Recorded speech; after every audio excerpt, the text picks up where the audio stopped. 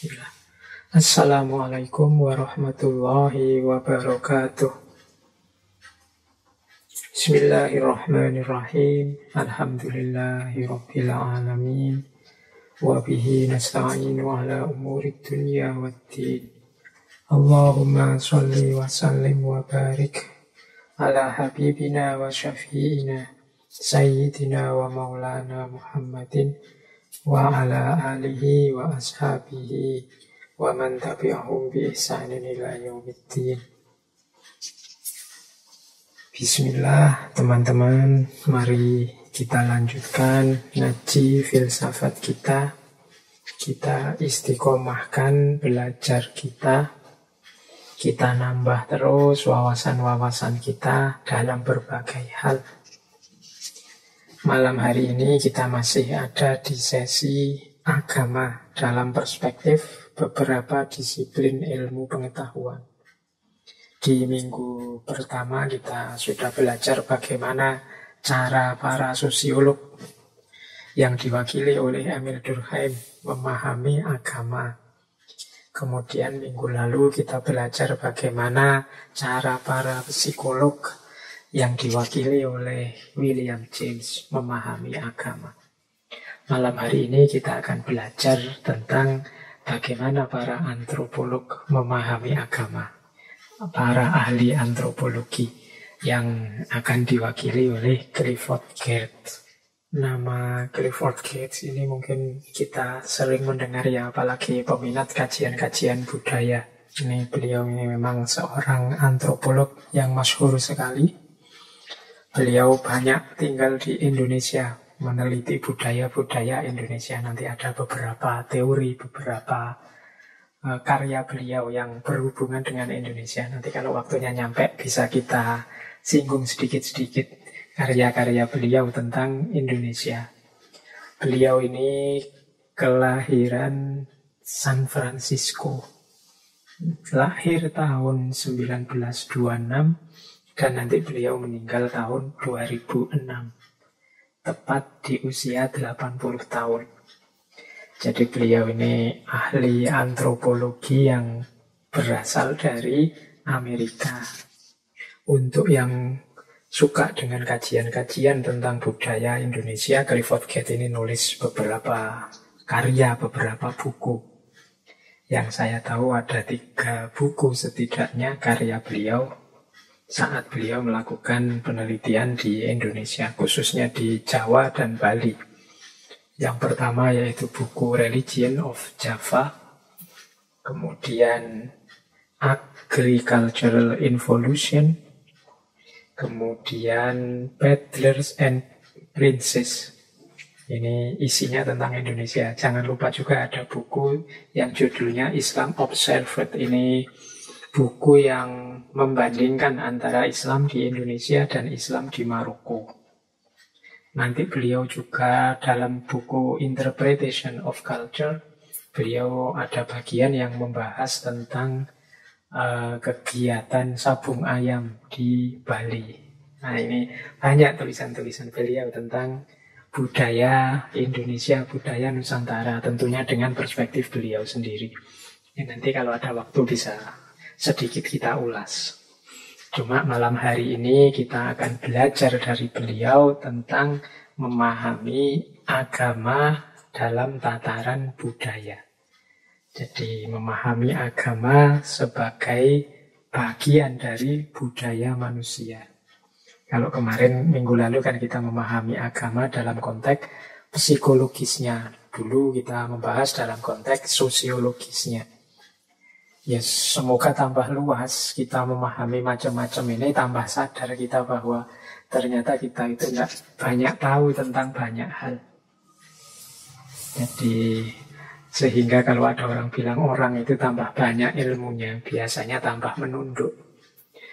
Ini sering saya sampaikan bahwa menunduknya orang pinter itu bukan karena kok dia memaksa dirinya menunduk atau karena disuruh menunduk oleh ilmunya, tapi dia memang terus orang itu yang wawasannya luas, dia sadar ternyata aku itu banyak tidak tahu. Begitu nambah ilmu, dia terus sadar bahwa wah, ternyata memang masih Banyak yang aku tidak tahu dan masih sangat banyak yang harus aku ketahui lagi.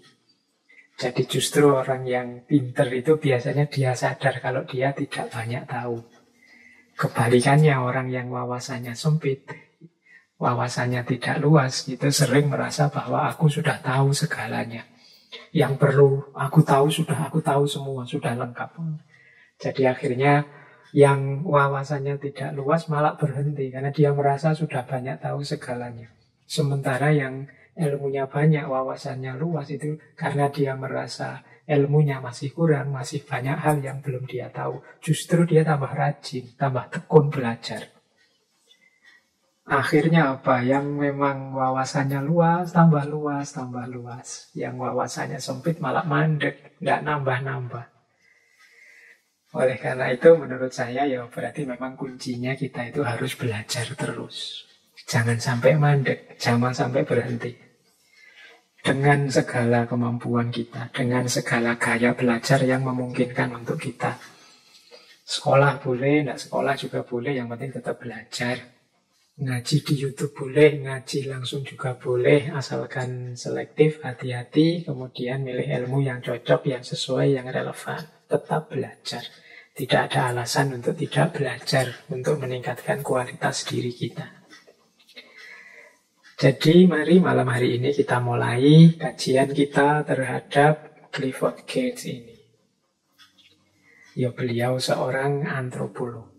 Ya antropologi itu sebenarnya kalau didefinisikan secara lenterlek itu antropos itu artinya manusia. Jadi antropologi itu terjemahannya ya ilmu yang mempelajari manusia. Dalam berbagai tatarannya khususnya dalam aspek kebudayaan yang diproduksi manusia, yang menjadi gejala adanya manusia. Nah, Clifford Geertz ini sering disebut gaya antropologisnya termasuk aliran antropologi simbolis. Ada juga yang menyebut beliau ini metode antropologinya namanya metode interpretif. Ya semuanya benar, karena memang cara berpikir beliau, cara berpikir interpretif, kemudian realitas budaya di mata beliau itu ya realitas simbolik. Yuk kita pelajari pelan-pelan ya gagasan-gagasan penting dari beliau. Semoga ada sesuatu yang kita dapat malam hari ini. Ini memang temanya masih tema gayanya kayak anak kampus ya. Ini tema-tema yang dibahas di ruang-ruang kelas di kampus. Tapi semoga teman-teman tidak mundur hanya gara-gara wah ini materi ini anak kelas kampus ini saya bukan mahasiswa lagi atau saya jurusannya beda, ya tidak masalah. Kita pelajari pelan-pelan, dapat sedikit-sedikit ya alhamdulillah untuk memahami hidup kita. Baik, saya awali. Yang pertama begini, dalam rangka hermeneutika simbolik tadi ya. Clifford Geertz ini lebih melihat manusia sebagai animal symbolicum. Jadi animal symbolicum itu manusia itu sebagai makhluk yang senantiasa bermain-main dengan simbol. Bermain-mainnya dalam tanda petik ya. Jadi manusia ini dalam hidupnya kan tidak hanya berhenti di fakta. Dia selalu masuk ke ranah makna. Dari fakta menjadi makna, ini ada namanya realitas simbolik. Ini kalau dijelaskan mungkin bulat ya. Saya langsung mengilustrasikan begini saja. Kita ini kalau melihat sesuatu kan tidak pernah berhenti hanya dengan mengerti apa sesuatu itu. Kita selalu memberi makna terhadap sesuatu itu. Jadi berarti sesuatu itu tidak hanya bermakna seperti kelihatannya. Ada makna lain di balik sesuatu itu yang kita berikan. Ya sering saya contohkan seperti dulu dalam kajian semiotik ya. Misalnya kita jalan-jalan terus ketemu ada tembok retak di rumahnya teman kita misalnya.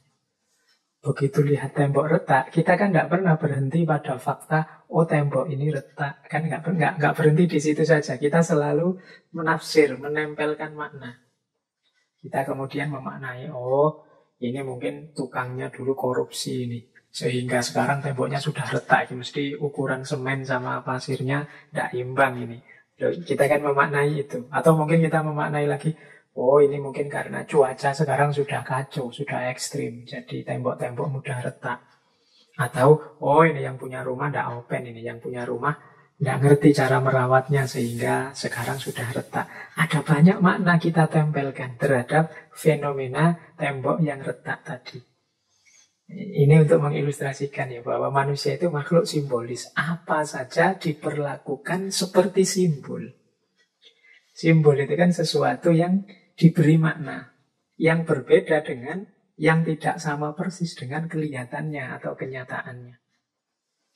Kita lihat misalnya tiba-tiba HP jatuh pecah, itu kan kita, oh HP-nya jatuh pecah, kan tidak begitu. Kita memberi makna, oh itu karena tidak diberi casing sih, oh itu karena yang punya tidak hati-hati sih, oh itu karena memang HP-nya kurang mahal sih. Kita selalu nempelin makna pada apapun.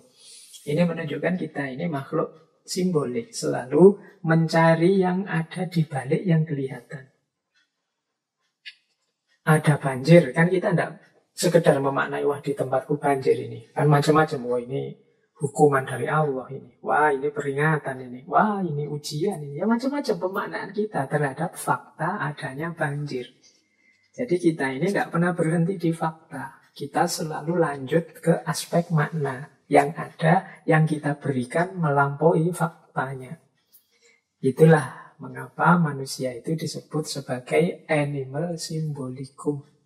Sebagai makhluk yang simbolik.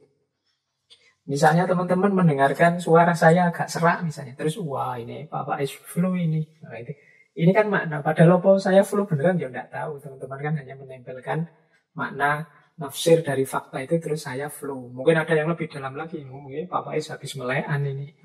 Atau wah Bapak is ini mungkin kena COVID ini. Wah Bapak is macam-macam. Kita tempelkan hanya dari suara saya serak. Ini yang disebut manusia itu animal symbolikum. Jadi aktivitas-aktivitas benda-benda segala yang ada di sekelilingnya oleh manusia tidak sekedar dilihat faktanya, dimengerti kenyataannya, tapi juga selalu diberi makna. Jadi ini asumsi besar dalam gagasan Clifford Geertz tentang manusia dan budayanya. Jadi manusia itu makhluk simbolik. Berarti oleh manusia segala sesuatu di dunia di sekelilingnya senantiasa diperlakukan seperti simbol. Berarti selalu diberi makna-makna.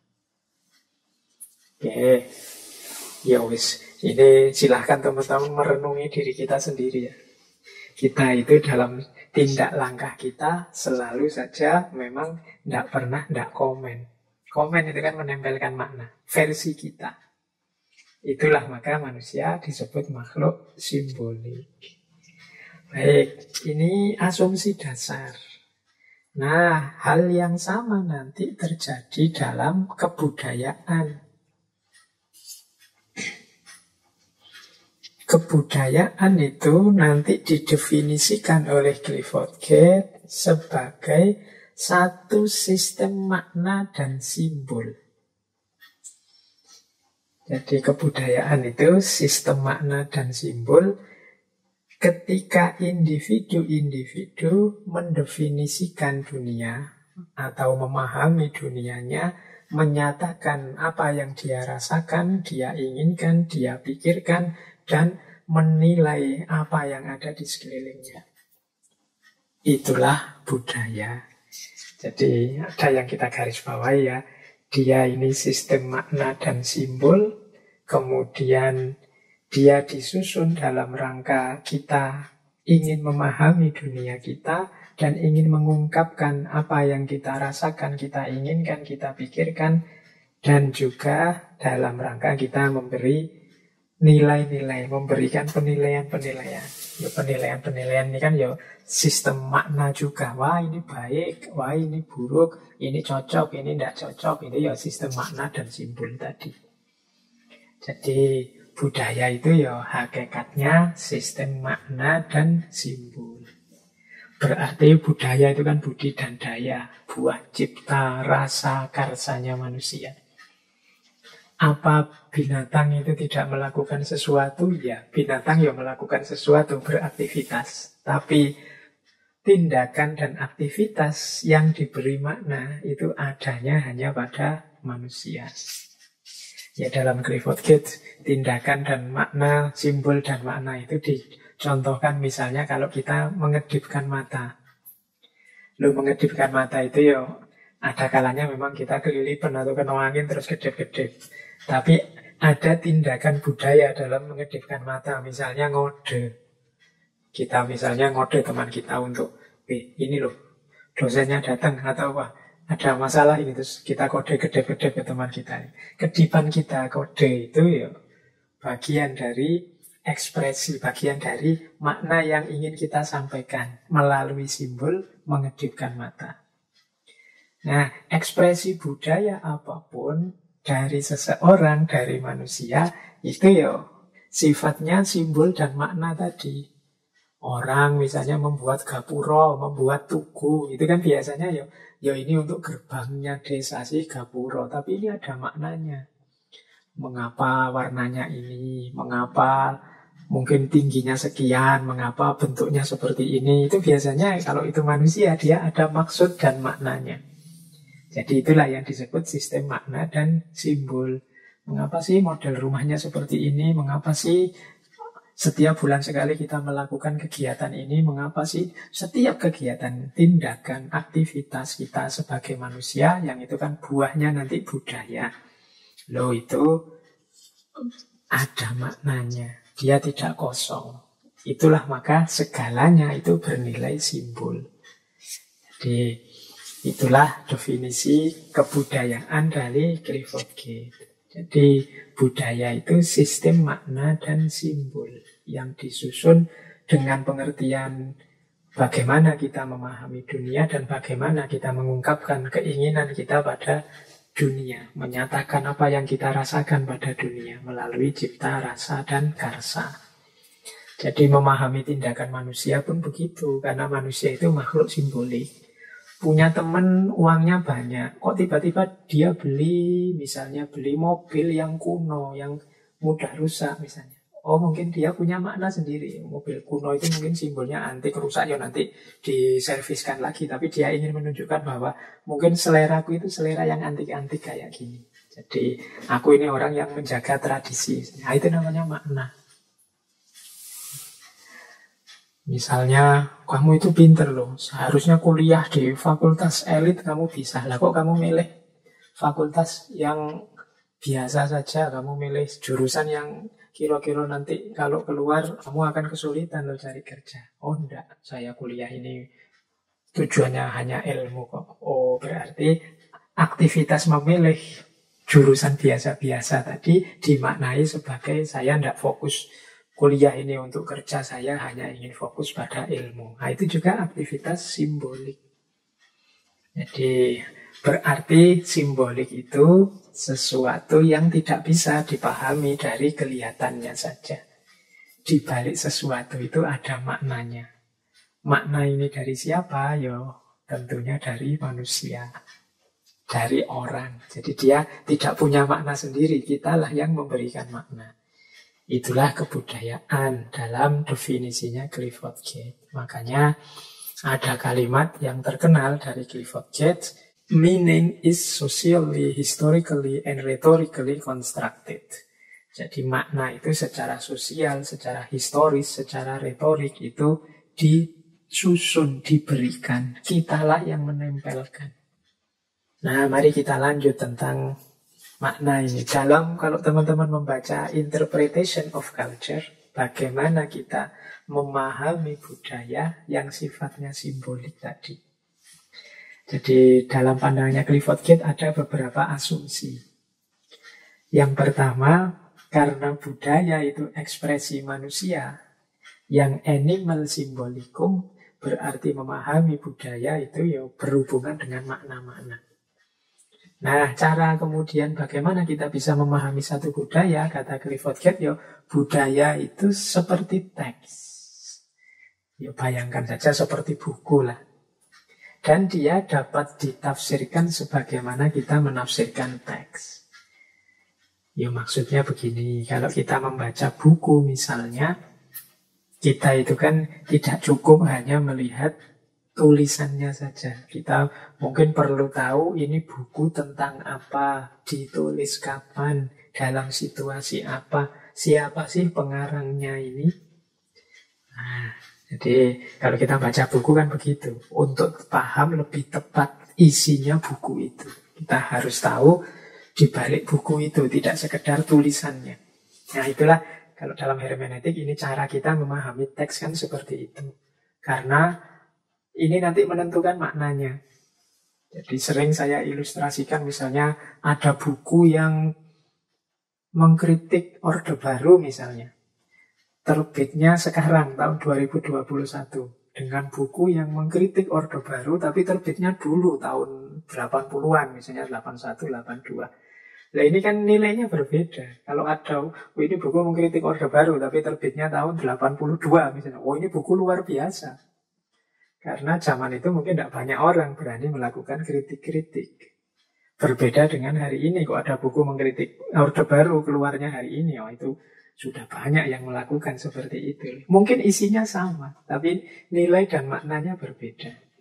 Nah, memahami budaya juga seperti itu. Jadi, seperti memahami teks, jangan hanya dilihat tampilan luarnya, tapi kita harus masuk ke aspek makna. Karena di balik yang kelihatan itu ada makna-makna yang tersembunyi. Sehingga kalau kita ingin paham, ya kita harus menggali, membongkarnya. Tidak sekedar berhenti melihat dari luar. Jadi ini asumsinya Clifford Gate. Jadi budaya itu seperti teks. Dan budaya itu sifatnya simbolik.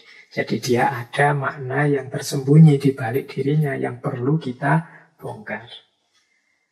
Nah, makna ini kalau dalam konteks budaya itu kata Clifford Gate sifatnya publik. Jadi dia beredar dan diterima oleh masyarakat yang menyepakatinya. Jadi biasanya ya masyarakat tertentu punya sistem makna sendiri dan makna-makna itu ya sudah berjalan disepakati di situ. Makanya namanya sifatnya publik. Jadi bukan makna yang sendiri-sendiri. Jadi misalnya tadi kasus Gapuro tadi itu kan, oh ini dicat warna hijau dengan makna melambangkan kesuburan. Loh, makna melambangkan kesuburan ini biasanya ya semua orang di masyarakat itu ya memaknai hal yang sama. Ini hijau ini memang lambang dari kesuburan. Jadi ini yang disebut makna itu sifatnya publik. Ya kayak kita misalnya memaknai burung Garuda misalnya. Burung Garuda itu ekornya 8, sayapnya 45. Ini menyimbolkan bulan Agustus tahun 45, bulan dan tahun kemerdekaan. Ya ini sifatnya publik, diketahui dan disepakati banyak orang. Inilah namanya makna. Yo hakikatnya yo cuma ekornya burung dan sayapnya burung, tapi kan kita tempeli makna ekor itu simbol bulan, yaitu bulan Agustus, sementara sayap ini simbol, oh kalau sayap bukan 45 ya, tapi 17 ya. Lupa saya.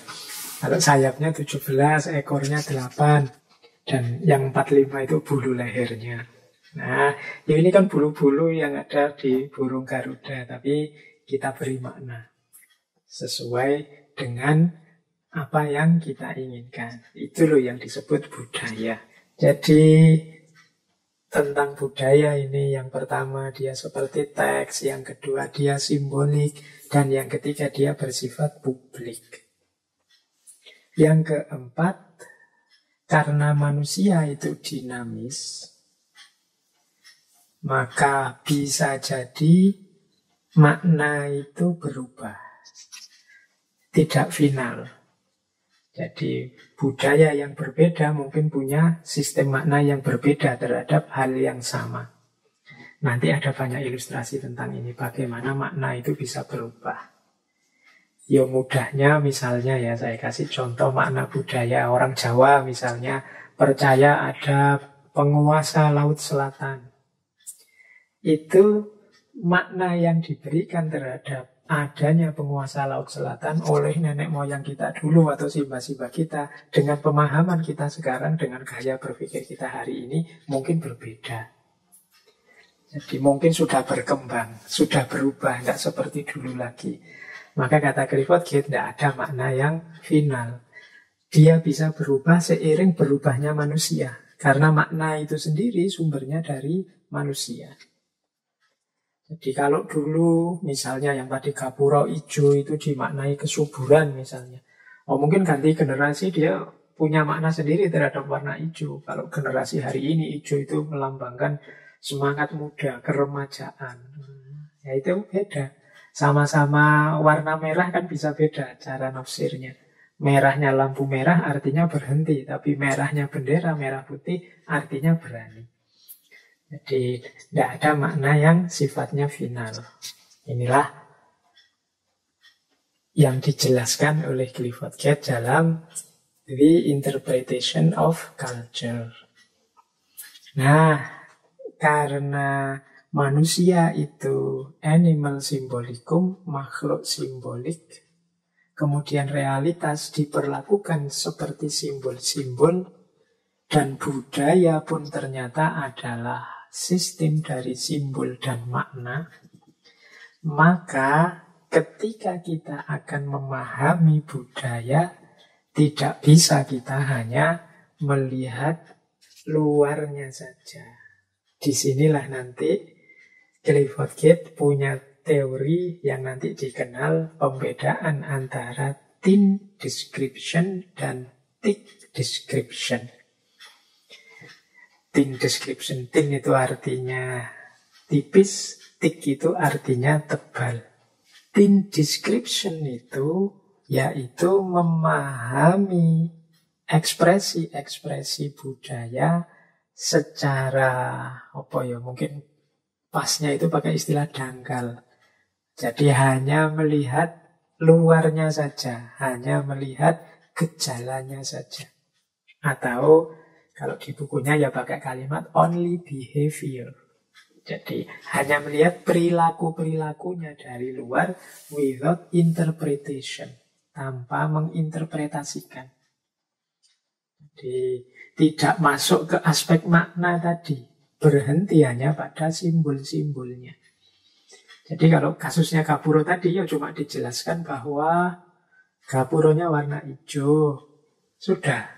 Garuda itu ekornya 8, sayapnya 17, sayap lehernya 45, sudah. Tanpa diinterpretasi, tanpa ditengok makna-makna di balik itu. Itu namanya thin description. Hanya melihat dari luarnya saja.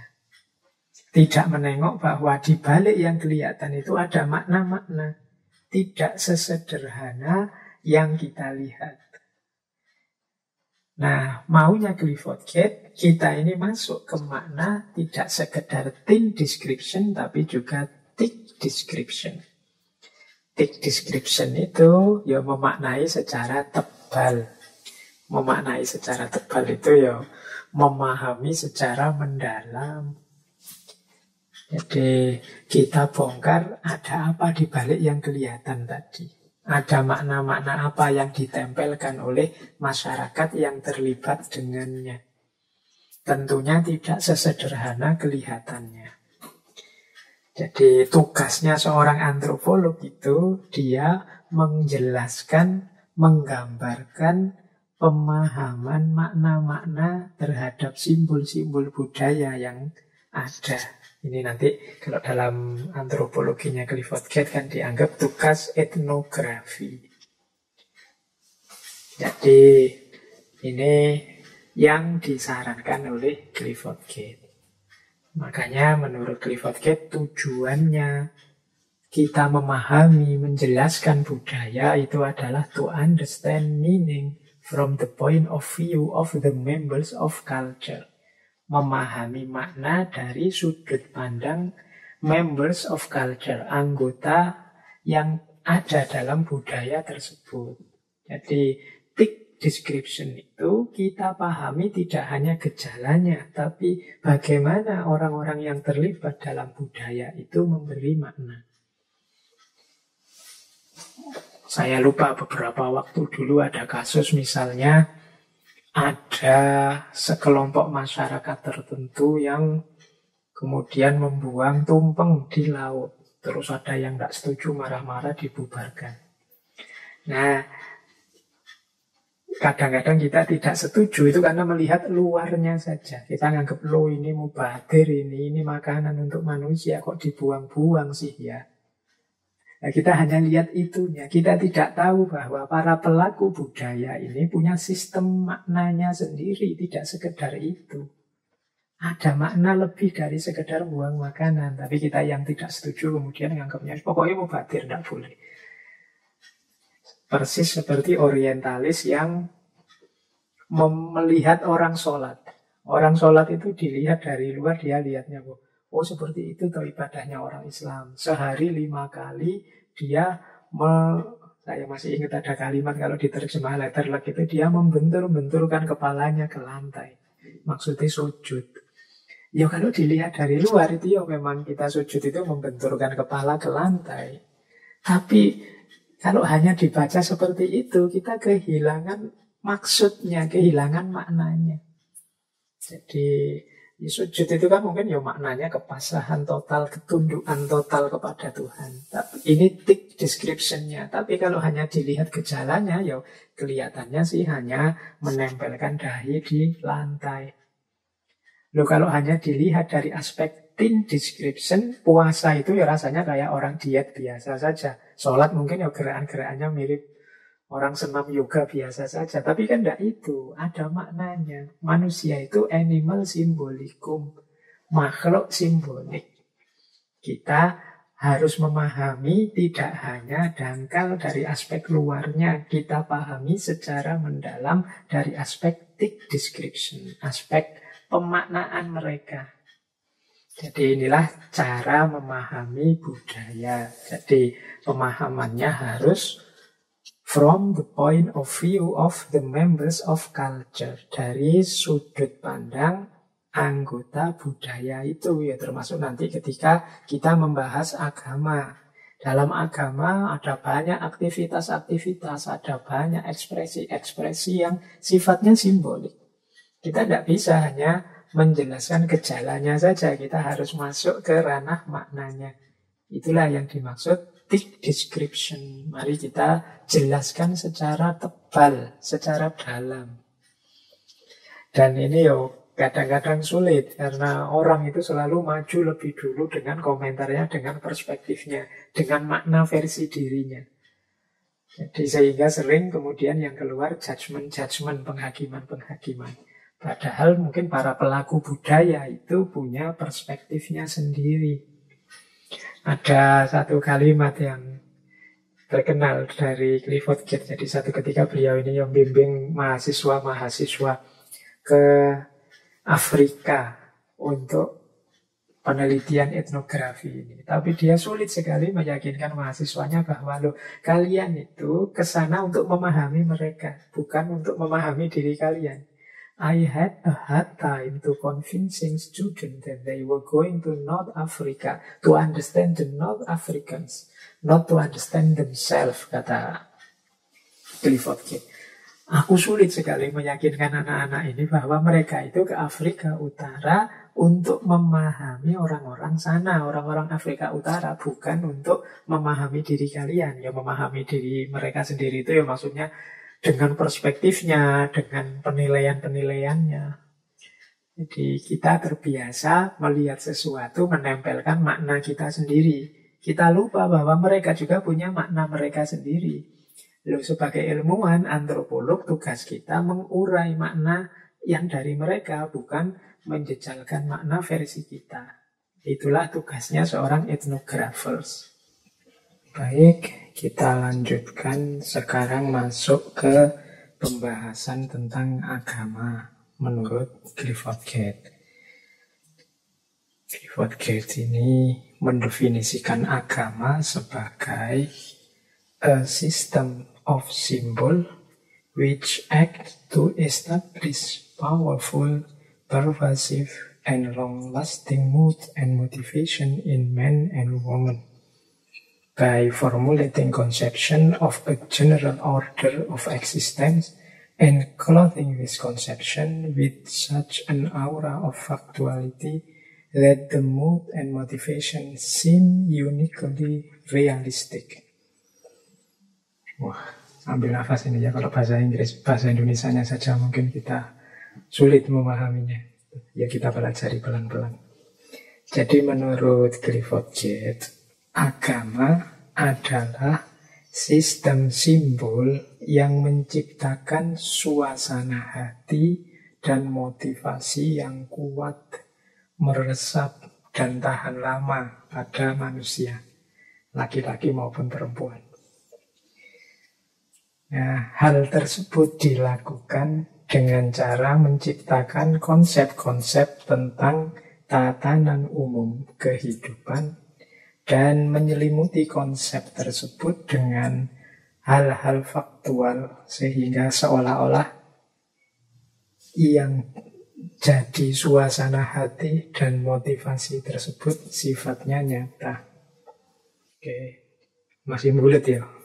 Ya memang ini cirinya, kalau ada yang bingung berarti memang benar-benar mikir mendengarkan. Kalau yang nggak mikir, ya manduk-manduk saja. Baik, jadi begini maksudnya. Kita potong-potong sekarang, kita peredel-peredel definisi ini.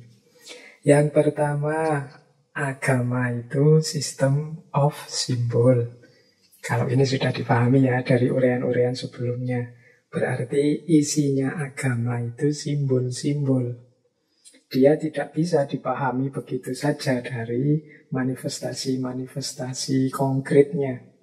Di balik manifestasi apapun dari agama itu ada maknanya, karena dia sifatnya hanya simbol.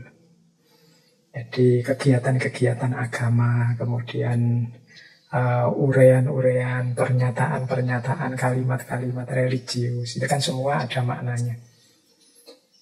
Jadi yang pertama itu, agama itu system of symbol. Tidak ada tindakan, aktivitas, kegiatan, produk-produk keagamaan itu yang tidak memiliki makna. Semuanya sudah dimaknai, semuanya ada makna yang diberikan di baliknya. Nah, itu yang pertama, berarti agama sebagai sistem simbol. Yang kedua, menciptakan suasana hati dan motivasi yang kuat, meresap, dan tahan lama pada manusia. Ini yang kedua, cirinya berarti mengkondisikan diri kita, mengkondisikan jiwa, suasana hati, dan motivasi kita. Ini nanti dijelaskan ketika Clifford Geertz menjelaskan fungsinya agama, bagaimana agama ini membuat kita kuat, membuat kita termotivasi, membuat kita tangguh menghadapi kehidupan ini, khususnya dalam konteks budaya. Nah, lanjut, caranya membuat kita kuat seperti apa agama itu? Dengan menciptakan konsep-konsep tentang hidup ini, tentang hakikat hidup ini. Dan menyelimuti konsep-konsep tersebut dengan istilahnya aura of factuality, seolah-olah ini sesuatu yang konkret, yang nyata, membuat orang tambah yakin, tambah mantap dengan agama. Jadi agama itu kan mengajarkan kita, hidup di dunia ini begini loh, hakikatnya hidup itu ini loh. Kita ini hanya makhluk sementara, ada yang maha puncak, maha tinggi, maha segalanya. Kita ini hanya ciptaan yang mungkin, ada yang wajibul wujud. Hidup kita itu hakikatnya inna lillahi wa inna ilaihi roji'un. Realitas ini hakikatnya adalah semua ciptaannya dan lain sebagainya. Ini kan konsep-konsep narasi-narasi tentang hidup yang diberikan oleh agama. Ini membuat kita tambah mantap, tambah kuat. Jadi dia sistem simbol yang ternyata fungsinya banyak untuk kita. Dengan konsep-konsep yang diberikan, yang seolah-olah itu sesuatu yang memang real, nyata. Nah, inilah definisi dari agama menurut Clifford Geertz. Ya kalau diurai lagi satu-satu, misalnya kita awali dari uraiannya tentang bahwa agama itu sistem simbol. Simbol itu kalau dalam agama ya bentuknya bisa macam-macam. bisa fisik, bisa tindakan, bisa peristiwa, bisa hubungan. Contoh simbol yang bentuknya fisik, misalnya ada kubahnya masjid misalnya, atau tiang salib misalnya, atau patung Buddha misalnya, atau kaligrafi misalnya. Nah, ini kan simbol-simbol agama yang bentuknya fisik. Kalau simbol pasti di baliknya ada makna yang dia dianggap punya makna spesifik oleh para pemeluk agama. Makanya kita kalau bisa kita jangan merendahkan, melecehkan objek-objek, simbol-simbol agama orang lain, apalagi simbol agama kita sendiri. Karena di balik itu ada makna-makna yang penting bagi pemeluk agama. Dia bernilai. Ya kalau ada sesuatu milik kita yang bernilai, yang dilecehkan, dirusak orang, disia-siakan orang, kan kita marah. Jadi biasanya objek-objek sakral itu kan ya sangat dihargai oleh para pemeluk agama. Ya kita pun jangan secara sengaja melecehkan, merusak itu semua. Itu karena masing-masing orang punya maknanya sendiri. Mungkin barangnya, sesuatunya itu sama saja seperti yang kita miliki. Tapi kalau dia dihubungkan dengan agama, biasanya punya makna sendiri. Biasanya ya makna-makna sakral. Ya contoh mudahnya, keramik di rumah kita dengan keramik di masjid, itu ya sama-sama keramik. Tapi kalau keramik di masjid kan kita maknai sakral, karena bagian dari tempat kita sholat, tempat kita sujud. Nah, begitu kita naik ke masjid, sandalnya dicopot misalnya, karena kita punya makna sendiri. Begitu di dalam masjid kita tidak berani macam-macam, tidak berani melakukan tingkah-tingkah yang tidak terhormat. Nah, kalau di rumah kita mungkin memaknai keramik rumah beda, yaitu milik kita sendiri, rumah kita sendiri, tidak sakral. Jadi kadang kita kotori sendiri, tidak masalah. Nah, itu cara memahami simbol. Jadi simbol bisa bentuknya objek fisik atau dalam bentuk tindakan. Misalnya, aktivitas-aktivitas ritual, berbicara, berdoa, atau bahkan tindakan diam, tindakan nyepi, itu kan namanya tindakan. Jadi itu pun ada maknanya kalau bagian dari agama. Karena agama itu berhubungan dengan hal-hal yang sakral, ya makna-maknanya biasanya makna-makna sakral dan relate dengan hidup mereka. Biasanya dianggap sangat penting makna-makna ini oleh para pemeluknya. Ya sebagaimana kita hargai simbol-simbol dalam bentuk fisik, ya simbol dalam bentuk tindakan yang harus juga kita hargai.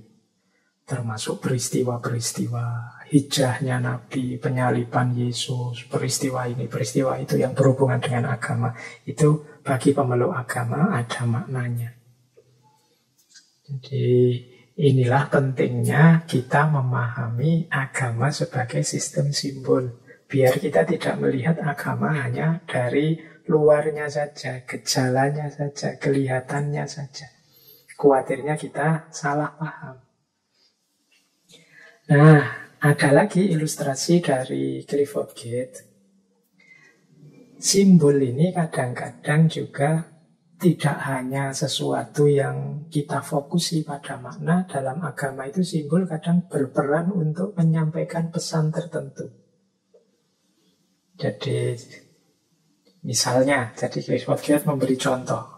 Ada seorang laki-laki dari suku Indian di Amerika yang mimpi melihat kerbau.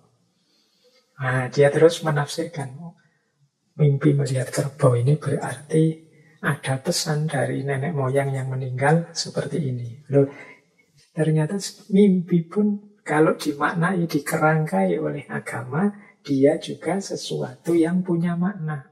Tidak sekedar alah mimpi hanya sampai lalu. Teman-teman mungkin pernah dengar istilah tafsir mimpi ya. Apalagi kalau tafsir mimpi itu dinaungi oleh realitas agama. Misalnya kita mimpi apa, besok mesti ngalami apa. Kita mimpi apa, ini jangan-jangan ini teguran dari Allah. Kita mimpi, kok mimpi tidak enak, ini jangan-jangan besok akan terjadi apa. Jadi bahkan mimpi pun bisa bermakna kalau itu berada dalam koridor agama. Dan banyak hal lain.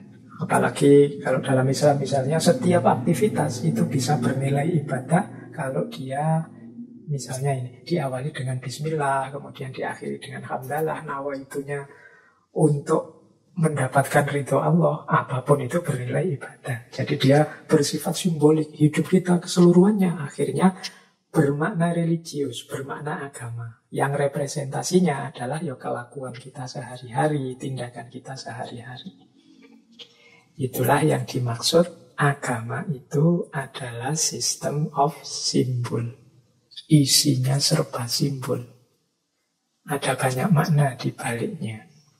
Baik, sekarang kita ulas kalimat selanjutnya. Bahwa agama itu memberi kita makna tentang tatanan keberadaan. Atau kalau dalam kalimat definisinya Clifford Gate tadi, order of existence.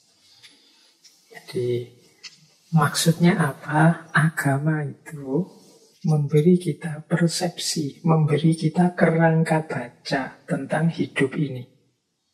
Yang ini menurut Clifford Gate memberikan fungsi penguatan kepada manusia. Kalau dalam uraiannya Clifford Gate, manusia itu kan ada 3 hal yang mengancam eksistensinya, yang menunjukkan bahwa dia ini tidak luar biasa. Yang pertama apa? Manusia itu pemahamannya terbatas. Yang kedua, manusia itu kekuatannya terbatas. Dan yang ketiga, manusia itu wawasan moralnya terbatas. Pemahaman terbatas itu maksudnya ya kita ini kan sebagai manusia tidak tahu segala hal, tidak mengerti segala hal. Sangat banyak hal-hal yang kita tidak mengerti, sangat banyak hal-hal yang kita tidak paham. Sementara hidup ini memerlukan kita paham banyak hal. Berarti manusia ini ada titik lemah yang perlu hati-hati. Yang kedua, manusia itu tidak punya kekuatan yang tak terbatas. Kekuatan kita itu ada batasnya. Baik kekuatan untuk menanggung kesulitan, atau kekuatan untuk menjalankan kebaikan, atau kekuatan untuk sabar, dan lain sebagainya. Kekuatan kita itu tidak tak terbatas, ya berarti terbatas. Teman-teman mungkin punya banyak keinginan, punya banyak cita-cita untuk melakukan ini, melakukan itu, menjalani ini, menjalani itu, punya rencana-rencana untuk diraih ini itu. Yang nanti belakangan kita sadar ternyata aku tidak mampu mewujudkan semuanya. Ada banyak hal yang aku tidak kuasa untuk mewujudkannya. Kekuatanku terbatas. Nah, ini yang ciri yang mengancam keberadaan kita yang kedua. Yang ketiga, wawasan moral kita terbatas. Manusia itu ya memang hidup dengan prinsip mana baik, mana buruk. Kalau bisa yang baik aku ambil, yang buruk aku tinggalkan. Cuma untuk menyimpulkan mana baik, mana buruk ini kan butuh wawasan yang luas. Ada kalanya sesuatu itu kita anggap baik, ternyata efeknya buruk. Sebaliknya ada sesuatu yang kita tinggal karena kita anggap jelek, ternyata diambil orang lain dan bagus. Nah itu kan menunjukkan kita ini wawasan kita sempit. Ya kalau dalam filsafat kan teman-teman senantiasa didorong-dorong untuk mbok yang bijaksana, mengambil keputusan yang tepat. Nah itu tidak sesederhana kalau diomongkan. Kita ini bukan manusia superpower yang ngerti segalanya. Wawasan moral kita terbatas, sehingga keputusan-keputusan moral kita seringkali keliru. Loh, manusia ini ternyata secara eksistensial punya titik-titik lemah. Ini kata Clifford Gate, hadirnya agama memberikan kekuatan batin, kekuatan motivasi yang kuat dalam diri manusia untuk menjalani hidupnya. Agama memberikan cara pandang terhadap dunia, order of existence. Agama juga memberikan, kalau bahasanya Clifford Gate itu yang really real, yang sejati. Mungkin real ini mungkin kayak kalau dalam Islam ada istilah wajibul wujud. Ini menjadi kekuatan bersama para pemeluk agama. Jadi segala sesuatu kemudian oleh agama diletakkan dalam kerangka agama sebagai bagian dari yang sejati, yang real, yang wajibul wujud tadi. Loh, kalau sudah ketemu dan bersentuhan dengan yang real, dengan Tuhan, segala hal yang mengancam keberadaan tadi dapat dinetralisir. Kita misalnya bilang, wah pemahaman kita terbatas. Tidak apa-apa, ada Tuhan. Kalau Tuhan menghendaki, bisa saja pas kita butuh sesuatu, ingin paham sesuatu, Allah menganugerahkan ilmunya misalnya. Ini contoh bagaimana agama bisa menjadi sandaran. Dia berfungsi memberi kerangka baca kita terhadap hidup. Sehingga kita tetap nyaman dalam hidup di dunia ini meskipun ada titik-titik lemah kita. Dan untuk memperkuat cara membaca agama ini, untuk memperkuat kekuatan agama dalam hidup kita ini, ya biasanya kemudian ditambahkan dengan aktivitas-aktivitas yang murni religius. Seperti ibadah-ibadah, ritual-ritual. Nah, ini kan semakin menguatkan bahwa kita memerlukan agama, kita membutuhkan agama dalam hidup ini. Itulah yang dimaksud dari kalimat bahwa agama menciptakan pandangan tentang tatanan keberadaan. Jadi agama menyediakan framework bagi kita untuk memahami realitas hidup ini. Sehingga kita bisa lebih kuat untuk menanggung apapun yang terjadi. Termasuk saat kita berhadapan dengan kelemahan-kelemahan kita sendiri sebagai manusia. Kelemahan pemahaman kita, kelemahan kekuatan kita, keterbatasan wawasan kita, dan lain sebagainya. Ada satu contoh yang diberikan oleh Clifford Gate tentang hal ini. Dalam bukunya, misalnya beliau menjelaskan tentang problem penderitaan.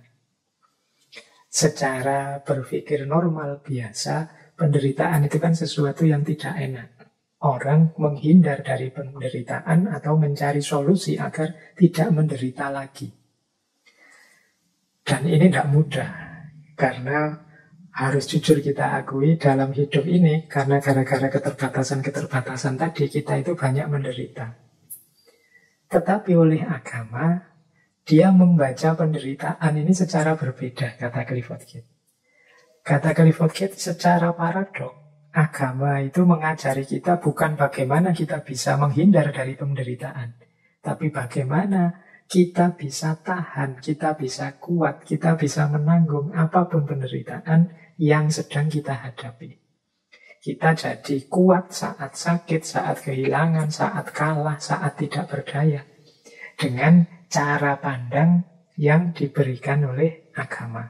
Yo, ilustrasinya mudah lah. Kemarin waktu pandemi misalnya. Coba kita balik lagi melihat berbagai diskursus, berbagai wacana yang berkembang saat pandemi. Itu kan muncul perspektif-perspektif dari ranah agama yang luar biasa. Ada yang bilang pandemi ini, penderitaan kita zaman pandemi ini merupakan hukuman dari Tuhan. Berarti ayo kita bertobat, ayo kita segera kembali pada Allah, membersihkan diri. Ada yang bilang ini adalah ujian dari Allah. Mari kita sabar. Semoga kita kalau lolos dari ujian ini, level hidup kita meningkat, kita naik kelas. Ada yang bilang, oh enggak, ini semua adalah cobaan dari Allah. Jadi Allah itu mencoba kita, ngetes sejauh mana kita tetap ada di jalurnya, sejauh mana kita tetap beriman dan bertakwa kepadanya. Jadi ini satu contoh bagaimana perspektif-perspektif agama memberikan cara baca yang berbeda terhadap hidup kita. Mungkin kalau dipikir dengan logika normal, lah kok begitu ya. Intinya kan orang kalau sedang sakit, sedang menderita itu kan berusaha agar keluar dari penderitaan atau cari solusi agar penderitaannya berakhir. Tapi agama membaca secara berbeda. Ini mungkin seperti quote yang bilangnya, kalau ada sesuatu yang sulit, ada sesuatu yang menyakitkan bagimu, alternatifnya dua. Kamu mencari solusi agar keluar dari kesulitan atau penyakit itu, atau yang kedua, kamu membuat dirimu tangguh, kuat untuk menjalani kesulitan dan rasa sakit itu. Loh, perspektif agama itu banyak yang versi kedua ini. Memberikan kita kerangka berpikir, kerangka bertindak, kerangka sikap yang sifatnya agar kita kuat, agar kita tangguh menghadapi problem-problem penderitaan. Nah, ini kan cara membaca yang khas, yang berbeda dengan cara berpikir biasa. Nah, mungkin menarik juga ya kita urai sedikit lebih luas. Jadi menurut Clifford Geertz ini, cara kita membaca hidup ini atau perspektif kita terhadap hidup ini, ya tidak hanya agama sih. Manusia itu macam-macam. Ada namanya common sense perspective. Ada namanya scientific perspective. Ada namanya aesthetic perspective. Ada religious perspective. Common sense perspektif ini orang-orang yang dalam hidupnya mengandalkan yang biasanya berjalan saja. Tidak usah dipikir dalam-dalam. Nah, ini orang yang hidup dengan common sense. Orang yang tidak pernah merenung, tidak pernah melakukan refleksi-refleksi terhadap hidup ini. Jadi tidak pernah dia mempertanyakan hidup, kehidupan, realitas, dan lain sebagainya. Oleh Clifford Geertz, orang yang seperti ini namanya orang yang ada dalam realisme naif. Naif itu kan kesadaran ketika orang tahu hidup ini banyak masalah tapi dia tidak peduli. Nah, makanya realisme naif. Orang yang hanya mengandalkan common sense saja. Tidak bertanya macam-macam. Kadang-kadang kan kita bersikap seperti ini. Kita sering bersikap, alah hidup ini yang penting mengalir saja, tidak usah aneh-aneh, yang penting dijalani saja. Nah, ini namanya common sense perspektif. Kata Clifford Geertz ini realisme naif. Ya realistik sih, tapi naif. Naif itu kan kita tahu dalam hidup ini banyak problem, banyak masalah, banyak halangan, rintangan, banyak tantangan. Apa bisa kita itu hidup hanya menjalani saja, jalan saja, lancar saja? Tidak mungkin. Pak, yang penting saya mengalir saja. Apa bisa kamu mengalir saja itu? Ya tetap kamu nanti akan ketemu masalah, ketemu problem yang harus kamu pecahkan, ketemu tantangan yang harus kamu respon. Yang tidak bisa mengalir saja. Jadi bisanya kamu harus tetap berjuang. Bisanya kamu harus tetap berusaha. Bisanya kamu harus keluar dari masalah. Jadi tidak mungkin. Atau mungkin ya kalian hanya pura-pura saja, tidak ada masalah, padahal banyak masalah. Itulah yang disebut naif. Jadi ada memang orang yang common sense perspektif ini. Cara hidup mengandalkan common sense saja yang seperti biasa saja, tidak usah bertanya macam-macam. Baik, nah gaya yang kedua, perspektif hidup yang kedua ada namanya scientific perspective. Ini dari istilahnya saja teman-teman sudah bisa meraba ya. Jadi scientific perspective itu ya perspektif ilmiah. Ini kebalikannya yang common sense tadi. Apa-apa serba reflektif, diukur, rasional, faktual, dan lain sebagainya. Jadi dengan menggunakan perspektif ilmiah, teori ilmiah, ilmunya dipakai. Nah ini gaya kedua. Gaya scientific.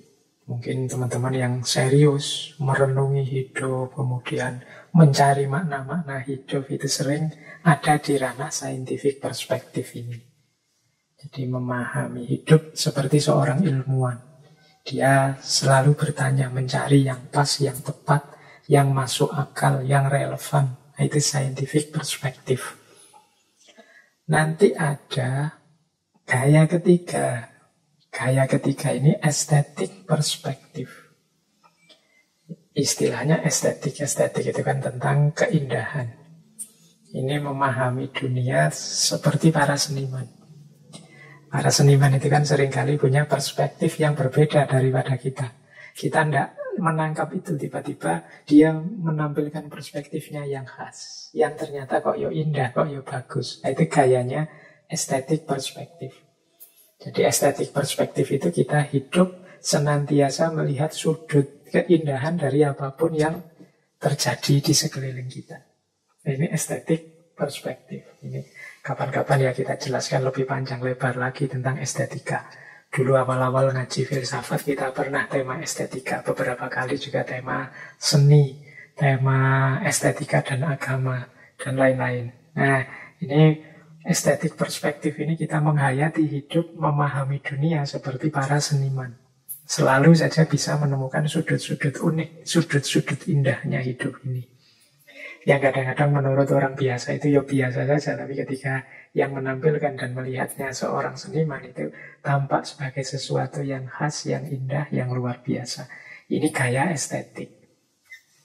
Biasanya disebut-sebut ini mengandalkan kepekaan intuisi. Kalau yang saintifik mengandalkan kepekaan rasio akal. Kalau yang common sense tadi ya sekedar mengikuti yang terjadi di sekeliling, kata Clifford Gate banyak mengandalkan panca indera.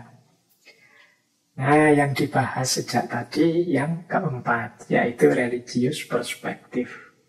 Jadi yang tadi membuat orang semakin tangguh dalam penderitaan, membuat orang semakin mantap menjalani hidup meskipun tahu banyak lubang-lubang, banyak kelemahan-kelemahan dalam hidup kita ini. Bahkan nanti perspektif religius tertentu melihat, dunia ini hanya ilusi. Ada dunia yang lebih sejati di balik dunia yang kelihatan ini. Dunia yang kelihatan ini hanya simbol-simbol dari hadirnya sesuatu yang jauh lebih dalam, jauh lebih besar. Perspektif agama ini biasanya ya berhubungan dengan tujuan dan makna hidup. Kita memberikan makna-makna terhadap hidup kita. Kita membaca alam ini sesuai versi keimanan kita. Itulah religious perspektif. Jadi, ini bisa dipakai untuk teman-teman introspeksi. Kita itu, cara kita membaca hidup itu seperti apa? Gaya common sense, mengalir saja, ikut saja, yang lain ke utara, ikut ke utara, ke selatan, ke selatan. Atau gaya terukur, tertib, cerdas seperti kelompok perspektif saintifik. Atau gaya unik, khas, tapi penuh makna dan indah seperti perspektif estetik. Atau gaya spiritual, menemukan sisi-sisi dalam hidup ini seperti perspektif religius, menemukan tujuan dan makna hidup yang melampaui dunia ini. Nah, ini religius perspektif. Baik, jadi ini menjelaskan tadi definisi dari Clifford Gate tadi yang bahwa agama itu memberi kita kerangka pikir objektif terhadap dunia, order of existence. Menarik nanti Clifford Gate ini dalam pemahamannya terhadap budaya punya konsep namanya model of dan model for. Jadi model of itu artinya model tentang sesuatu, kalau model for itu model untuk sesuatu. Nanti kita jelaskan langsung saja hubungannya dengan agama deh, biar lebih mudah memahaminya. Jadi agama ini bagi Clifford Gate secara sekaligus model of reality. Model of itu berarti dia memberikan kerangka-kerangka berpikir, menunjukkan ideal-ideal yang harus diwujudkan. Nah, ini model of reality. Jadi dia jadi eksemplar-eksemplar, dia jadi contoh-contoh, dia jadi prototipe-prototipe yang harus kita rujuk, yang harus kita wujudkan. Jadi agama itu berperan sebagai model of reality. Tapi tidak hanya itu. Agama juga adalah sekaligus model for.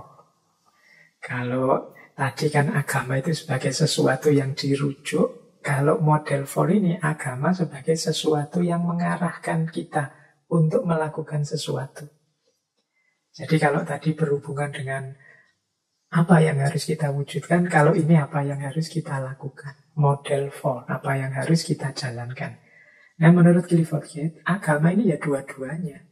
Ya model of, ya model for. Dia memberi kita kerangka-kerangka ideal. Dia memberi kita prototipe-prototipe. Dia memberi kita standar-standar untuk kita hidupkan. Tapi sekaligus dia menunjukkan pada kita, mengarahkan tindakan-tindakan kita untuk mencapai tujuan tertentu. Jadi selain model of, juga model for. Inilah nilai pentingnya agama menurut Clifford Gate. Jadi kalau dirinci sejak awal dari definisi tentang agama tadi, berarti agama itu sistem simbol, agama itu memberi kita kerangka tentang makna hidup, tentang eksistensi ini. Dan yang ketiga, agama ini memberi kita perspektif-perspektif hidup yang khas, yang berbeda dengan perspektif common sense, scientific, maupun perspektif estetik. Dan yang barusan tadi kita pahami, ternyata agama juga secara sekaligus adalah model of reality dan model for reality. Sehingga dalam definisi Clifford Gate tadi kan orang yang beragama itu ya pada akhirnya semakin menjalankan agama, semakin dia termotivasi, semakin mantap bahwa agama itu sesuatu yang penting dan real. Jadi inilah menariknya agama kalau dibahas dari sisi simbolik. Nah, kita lanjutkan. Kalau agama seperti itu, posisi dan situasinya, terus tugasnya antropolog itu apa? Orang yang meneliti agama dari perspektif budaya, apa yang harus dilakukan? Menurut Clifford Gate, ya, antropolog itu peneliti budaya, seorang etnografer, itu ya dia tugasnya adalah menganalisis makna simbol yang dimiliki oleh para pemeluknya. Jadi seperti yang dijelaskan di awal tadi, bagaimana makna simbol bagi para pemeluknya. Berarti ya antropolog itu ngecek ini simbolnya apa sih, dimaknai sebagai apa oleh para pelakunya, dimaksudkan sebagai apa, tujuannya apa, cara berpikirnya bagaimana, dan lain sebagainya. Jadi dia tugasnya mendeskripsikan, menggambarkan itu semua. Itulah tugasnya seorang antropolog agama. Dia tidak menilai, tidak mencari, melakukan generalisasi-generalisasi. Kalau kita belajar sains kan, kita bikin generalisasi, kita bikin umum bahwa misalnya tentang sajen itu secara umum begini, enggak. Dia membacanya ya sesuai lokal-lokal konteks-konteks. Yang masing-masing konteks ya berbeda-beda. Jadi tugasnya antropolog itu ya menafsir makna yang ada di balik simbol sesuai perspektif para pemeluknya. Bukan menilai, apalagi menjudge, apalagi memvonis, enggak. Tugasnya hanya menguraikan, menjelaskan saja. Jadi nanti kalau teman-teman saya ingin membahas budaya agama tertentu, ayo berarti kita afirmasi simbol-simbolnya, oh ini simbolnya begini-begini, dimaknai begini toh oleh orang-orang. Oh ini ada upacara nyebar apem misalnya, kan ada upacara Yokowiyu itu. Nah, oleh mereka yang mempercayainya apem ini simbol dari apa, kemudian dilakukan seperti itu dengan makna apa, tujuannya apa. Nah, ini tugasnya seorang peneliti budaya. Jadi dia tidak menghakimi. Jadi bukan kok terus, wah itu tindakan musyrik itu, wah itu tindakan mubadir, itu tidak begitu cara berpikirnya. Itu mungkin perspektif yang berbeda kalau cara berpikirnya begitu. Seorang etnografer, seorang ahli budaya yang melaporkan peristiwa budaya, ya dia mengungkap fenomena dan melacak makna-makna yang ada di balik fenomena itu yang diberikan oleh orang-orang yang memeluknya, orang-orang yang meyakininya. Jadi awas keliru yang harus dilakukan.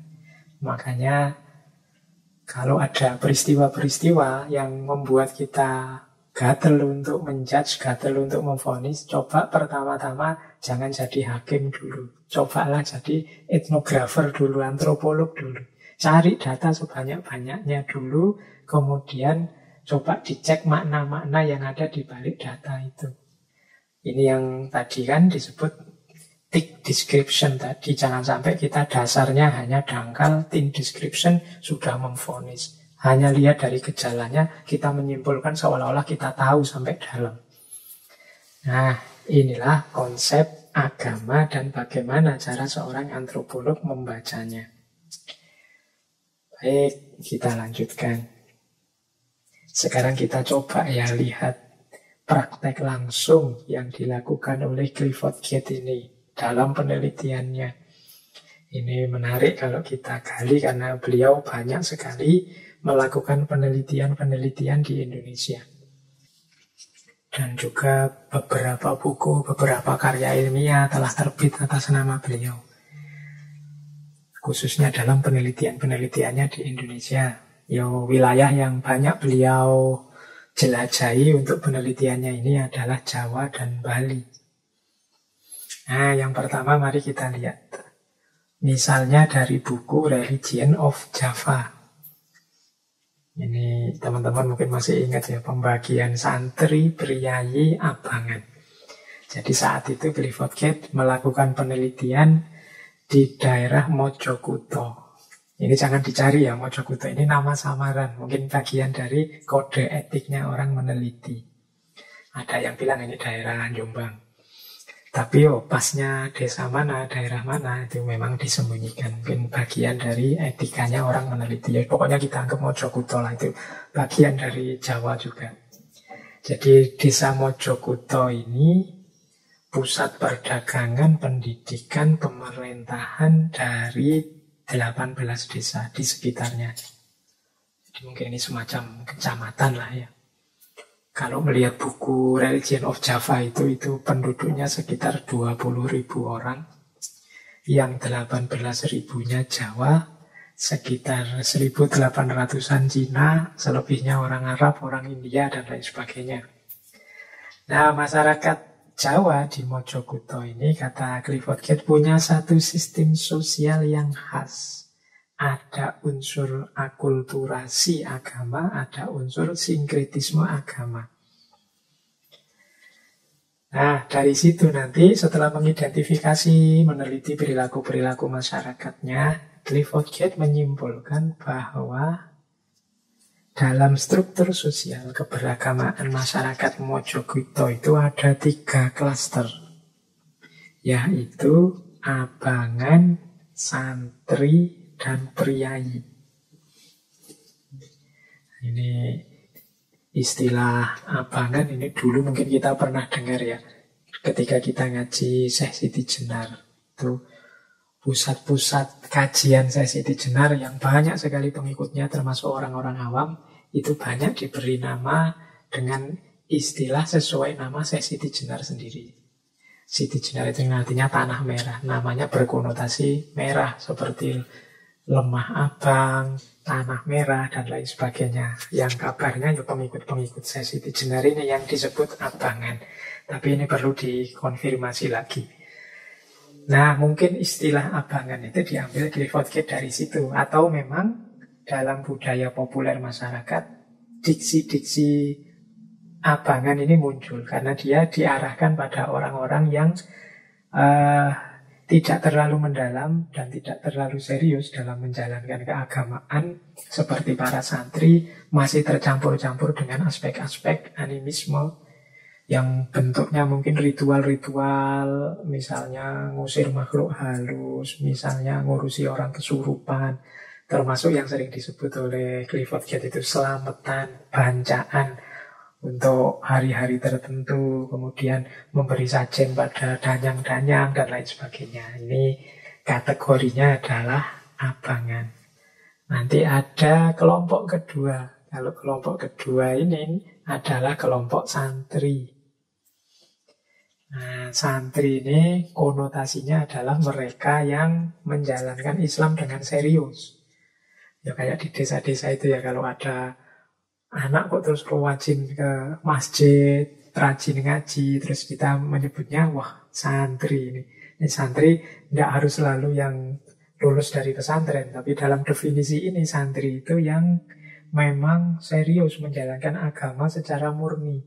Selalu hati-hati dalam urusan agama. Sholatnya lengkap, Jumatan, puasanya penuh. Kalau punya rezeki banyak, ya zakat, ya haji. Nah, ini cirinya kelompok santri.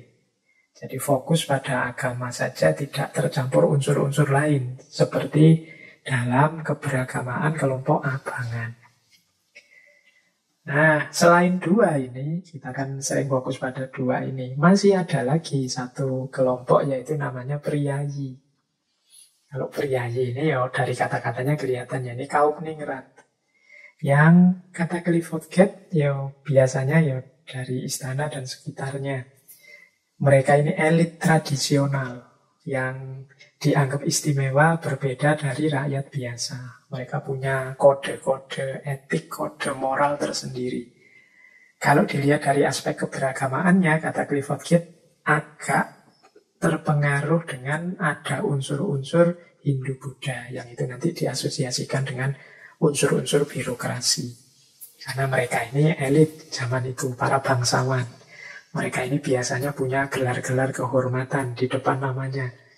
Mungkin Raden, mungkin Kanjeng, dan lain sebagainya.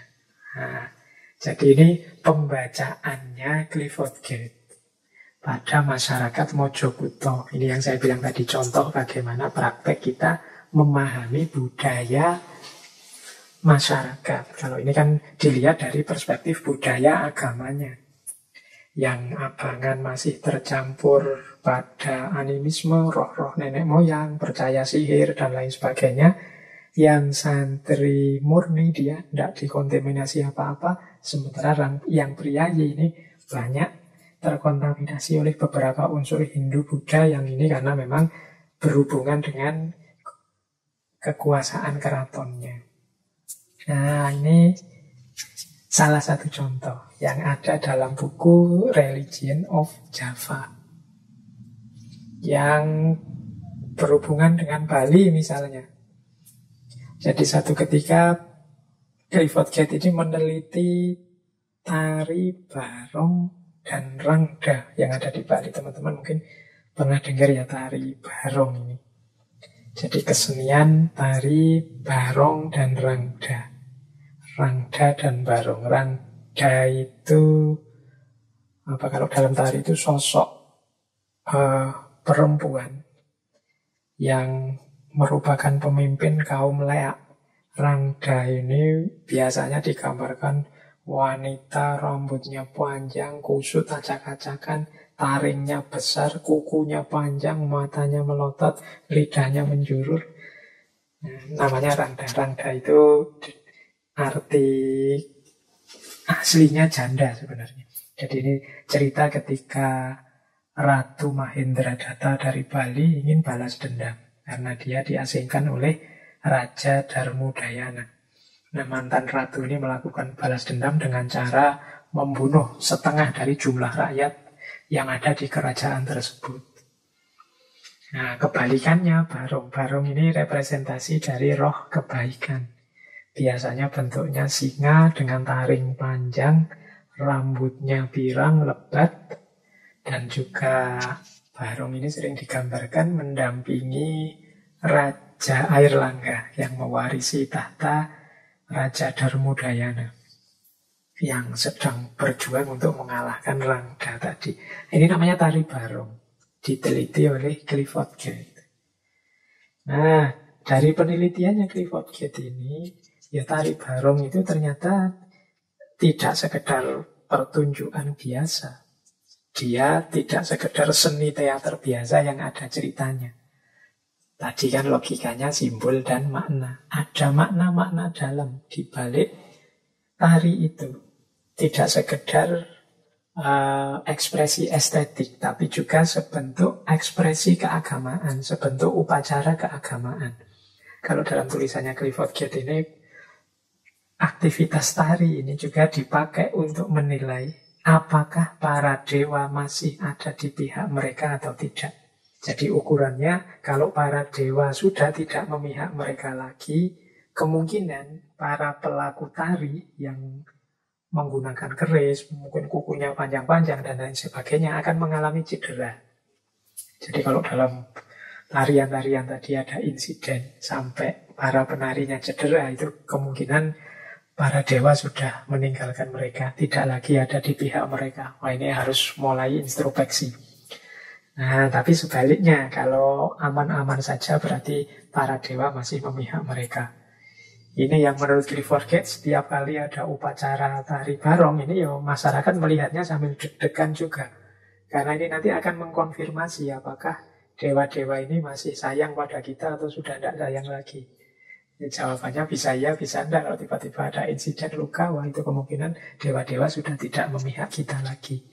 Loh ini loh yang dimaksud thick description. Jadi memaknai secara dalam. Setiap aktivitas budaya itu tidak pernah kosong makna. Selalu ada makna-maknanya. Karena budaya itu system of symbol. Sistem simbol-simbol yang dibaliknya ada maknanya.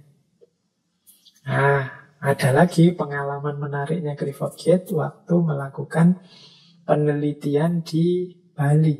Yang nanti beliau mengamati tentang sabung ayam. Nah, ini nanti lahir tulisan juga yang judulnya Deep Play Notes on Balinese Cockfighting. Yang kalau teman-teman membaca buku Interpretation of Culture, itu dijelaskan juga di situ. Jadi ceritanya, satu ketika Clifford Geertz ini sampai di satu desa di Bali, sekitar tahun 58, bersama istrinya, Hildred Geertz. Ini karena memang naluri seorang antropolog, beliau ini tertarik mengamati budaya-budaya di Bali. Satu ketika ceritanya mungkin sudah semingguan lebih beliau di desa kecil itu, beliau mengamati ternyata di pojokan desa itu ada puluhan orang berkumpul sedang mengadu ayam.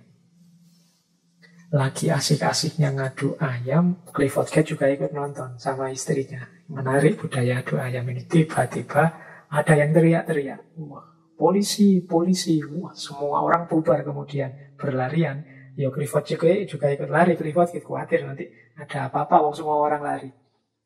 Nah, yuk, pengalaman ini nanti yang ditulis di Interpretation of Culture. Setelah itu beliau mencoba mengupas makna-makna dari simbol adu ayam yang ada di Bali. Nanti kalau di sana kan ada namanya tajen, tradisi adu ayam itu. Yang maknanya tidak sekedar untuk judi, kan biasanya kita kenalnya adu ayam itu ya judi. Ya, di Bali juga ada distorsi pemaknaan terhadap adu ayam. Sehingga yang semula itu sebenarnya semacam budaya yang religius, kemudian berkembang karena mungkin yang nonton juga ikut taruhan, jadinya seperti judi. Jadi dalam cermatannya Clifford Geertz ini, adu ayam ini sudah dipraktekkan oleh masyarakat Bali sejak abad 10. Dan ini bisa dibaca di Prasasti Sukawana. Yang di situ ada ritual keagamaan yatnya yang namanya tajen. Jadi tajen itu ya karena masyarakat memasang taji. Jadi semacam senjata kecil di kakinya ayam, di tajinya ayam. Ada yang dari bambu, kadang juga terbuat dari logam atau keris kecil. Sehingga pertarungan antar ayam itu bisa berdarah-darah. Kalau dalam konsepnya nanti darah yang keluar dari ayam itu dicampur dengan 3 macam air. Yang pertama tuak, yang kedua arak, yang ketiga brem. Nah, percampuran ini merupakan simbol agar manusia senantiasa menjaga keseimbangan antara jagat besar, yaitu manusia, dengan jagat kecil manusia dengan jagat besar, yaitu alam semesta. Nah, ini ada ternyata akar makna-makna religius dari adu ayam ini. Hanya saja dalam perkembangan sejarah selanjutnya, adu ayam ini berubah fungsi menjadi lebih banyak judinya. Ya sebenarnya ini mungkin semacam isyarat bagi kita, seperti teorinya Clifford Geertz tadi, jangan menilai dari kelihatannya saja. Ya kayak peribahasa yang terkenal itu kan, don't judge book by its cover. Jangan lihat buku dari covernya saja, jangan menilai dari kelihatannya saja. Bentuknya sama-sama adu ayam, tapi yang satu sangat religius, yang satu berhubungan dengan simbol-simbol agama, yang satu hanya judi biasa saja. Inilah pentingnya kita melakukan thick description, biar kita tahu makna-makna, tidak sekedar berhenti di simbol. Karena kadang-kadang kalau kita itu hanya berhenti di simbol, terus jatuhnya menertawakan, melecehkan. kelompok yang lain, agama yang lain yang berbeda dengan kita hanya karena kita tidak tahu, tidak paham secara mendalam. Oleh karena itu, ya seperti sabung ayam tadi, kalau dilihat dari luar ya sama sebenarnya, sama-sama mengadu ayam. Tapi begitu diperdalam maknanya, dicek motif dan dorongan dari para pelaku sabung ayam itu mungkin lewat wawancara-wawancara akhirnya ketahuan, oh ini sebenarnya ritual keagamaan tertentu. Nah, kalau yang itu ya judi saja. Meskipun nanti kata Clifford Gates oleh polisi kemudian ya wis pokoknya ada sabung ayam ya artinya judi, dibubarkan saja. Oke, selanjutnya Clifford Gates juga pernah nulis buku hasil etnografi juga yang judulnya Agricultural Evolution. Ya kalau diterjemah dalam bahasa Indonesia judulnya Kerumitan dalam Dunia Pertanian. Ini dari beliau ini meneliti para petani yang ada di Jawa. Jadi dari buku ini kita nanti bisa mengambil pemahaman tentang kemiskinan yang diakibatkan oleh kolonialisme di kalangan petani. Yang dampaknya itu bisa terasa sampai sekarang. Jadi tidak hanya dulu, kalau pakai istilah teman-teman hari ini kan mereka kena mental, para petani ini. Jadi sehingga para petani ini punya perspektif sendiri tentang kemiskinan. Sehingga kemudian mereka jadi sulit untuk mengembangkan dirinya.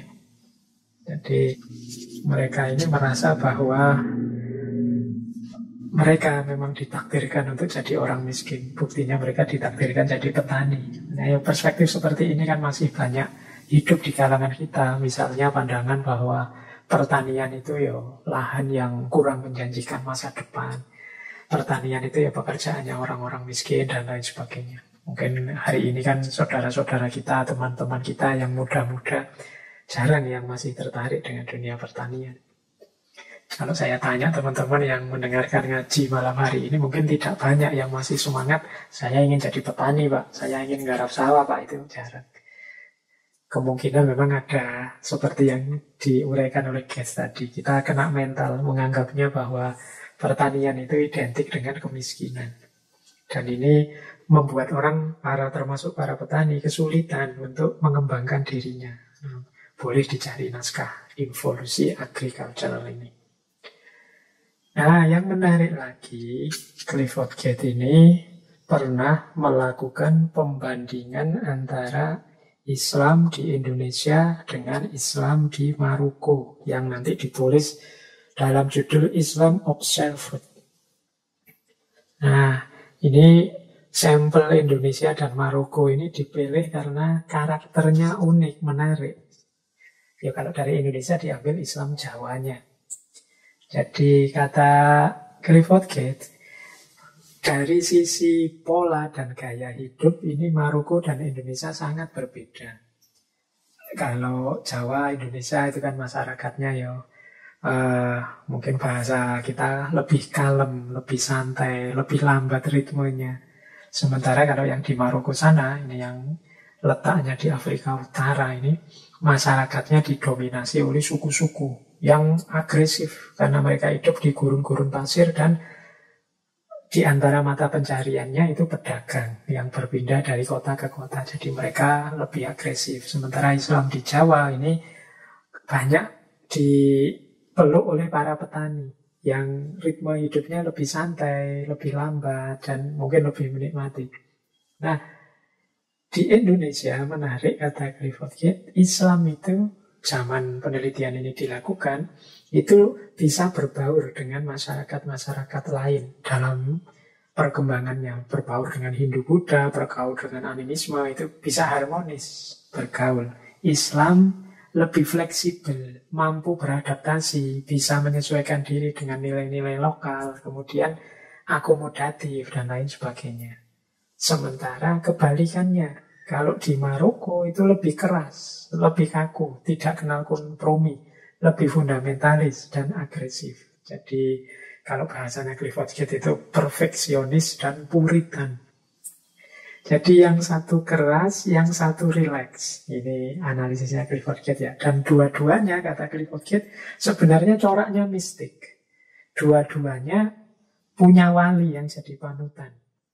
Kalau di Indonesia, kata Clifford Gate, dikenal legendanya Sunan Kalijogo yang menjadi pahlawan penyebar Islam ke tanah Jawa, ke masyarakat-masyarakat kecil.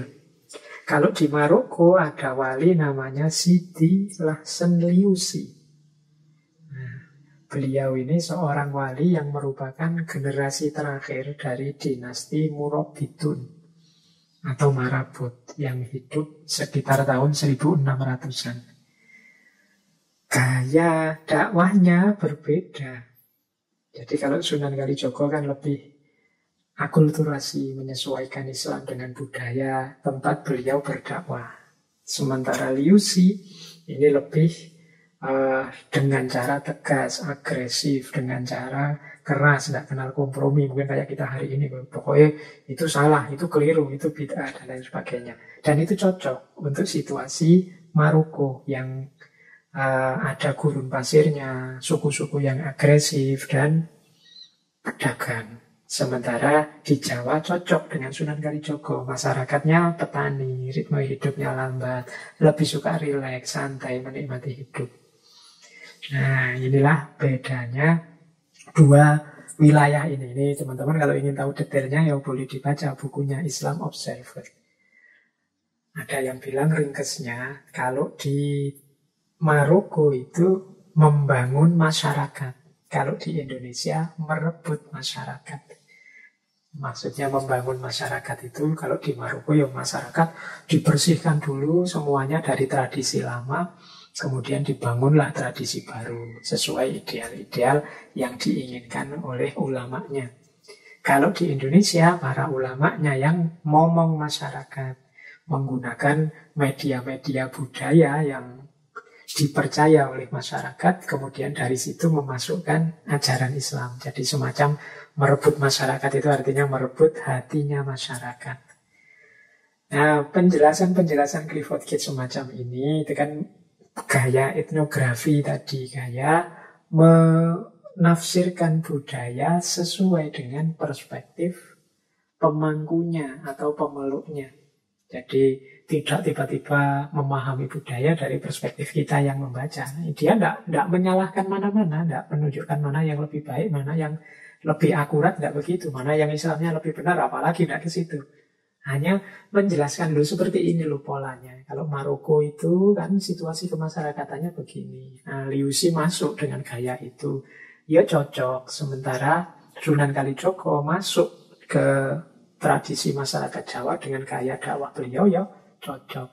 Ya paling tidak ini menunjukkan ya para dai, para penyebar agama itu ya memang pandai membaca masyarakat tempat mereka berdakwah, ngerti suasana batinnya masyarakat sehingga mereka bisa masuk dan diterima dengan gayanya sendiri-sendiri meskipun sebenarnya agak kontras. Yang satu membangun masyarakat, yang satu merebut masyarakat. Jadi inilah gaya yang dikenal sebagai gaya etnografi. Jadi tidak sekedar mengjudgment dan menganalisis, tapi menggambarkan, mengulas, mengurai budaya sebagaimana perspektif para pemangkunya. Jadi banyak penelitian-penelitiannya Clifford Gate ini yang tentang Indonesia. Berarti beliau paham benar dengan Indonesia. Beliau lama tinggal di Indonesia. Satu ketika ada yang tanya pada Clifford Gate ini, mengapa sih ilmuwan-ilmuwan Indonesia itu kok kurang dikenal di dunia internasional? Padahal di Indonesia ini kan juga banyak gagasan-gagasan bagus, gagasan-gagasan luar biasa. Orang pinternya juga banyak. Jadi ketika ada yang tanya seperti itu, kata Clifford Gate, ya memang nasibnya Indonesia. Indonesia itu tidak seperti Amerika Latin, tidak seperti Afrika dan beberapa negara Asia seperti India. Indonesia ini nasibnya tidak terlalu bagus karena dapat penjajah Belanda. Nah, sementara bahasa Belanda itu sangat sedikit digunakan di dunia internasional. Sehingga orang Indonesia itu sulit masuk ke pergaulan ilmiah internasional karena kurang lancar dalam bahasa yang memungkinkan bergaul ilmiah secara internasional. Jadi ya mudahnya kita Jarang yang pinter berbahasa Inggris dengan bahasa internasional hari ini. Nah, ini sekaligus pesan buat teman-teman. Yuk, jangan males, jangan bosan untuk belajar bahasa. Karena di antara kunci kalau nanti teman-teman ingin aktif di dunia ilmu secara lebih dalam itu ya kuncinya bahasa. Seluas apa kemampuan bahasa kita, seluas itulah nanti dunia kita. Orang yang ngerti bahasa Arab misalnya, ya dia bisa menjelajahi khasanah-khasanah dalam bahasa Arab. Dunianya jadi semakin luas. Yang ngerti bahasa Arab dan bahasa Inggris, ya dia bisa menjelajahi khasanah-khasanah dalam bahasa Arab, sekaligus dalam bahasa Inggris. Tambah luas lagi dunianya. Maka penting bagi teman-teman untuk yuk diasah yang masih muda-muda ini kemampuannya untuk berbahasa, khususnya bahasa internasional. Eman-eman nanti kalau teman-teman punya gagasan bagus, punya ide-ide luar biasa, mungkin bisa berkontribusi di level dunia, tapi karena kita ngertinya cuma bahasa Jawa saja atau bahasa Indonesia saja, ya terbatas masyarakat itulah yang bisa memanfaatkan bahasa kita. Ya ini menasehati teman-teman, sekaligus menasehati saya sendiri. Nih saya kan sudah usianya agak lewat, teman-teman kan masih muda banyak. Karena ya saya tidak terlalu canggih juga dalam bahasa-bahasa internasional. Semoga teman-teman nanti bisa lebih baik mungkin dari banyak di antara kita yang masih gagap di urusan bahasa ini. Biar pandangannya Clifford Gate tadi bisa dimentahkan. Meskipun kita dijajah Belanda, kita yo lancar kok bahasa-bahasa internasional yang lain mungkin bisa begitu. Baik, teman-teman, semoga malam hari ini beberapa tadi ya pandangan-pandangan dari Clifford Gates tentang manusia, tentang budaya, tentang agama, kemudian beberapa ilustrasi tentang gambaran-gambaran hasil penelitian antropologis beliau, khususnya yang ada di Indonesia. Masih ada waktu sedikit, saya ambil beberapa quotes yang menarik dari Clifford Gate. Beliau pernah bilang seperti ini. Manusia adalah binatang yang tergantung dalam jaring-jaring yang telah dia putar sendiri. Jadi, ya kalau definisinya budaya tadi dari Clifford Gate kan kita ini animal symbolikum. Kitalah yang membuat simbol-simbol dan merancang makna-makna.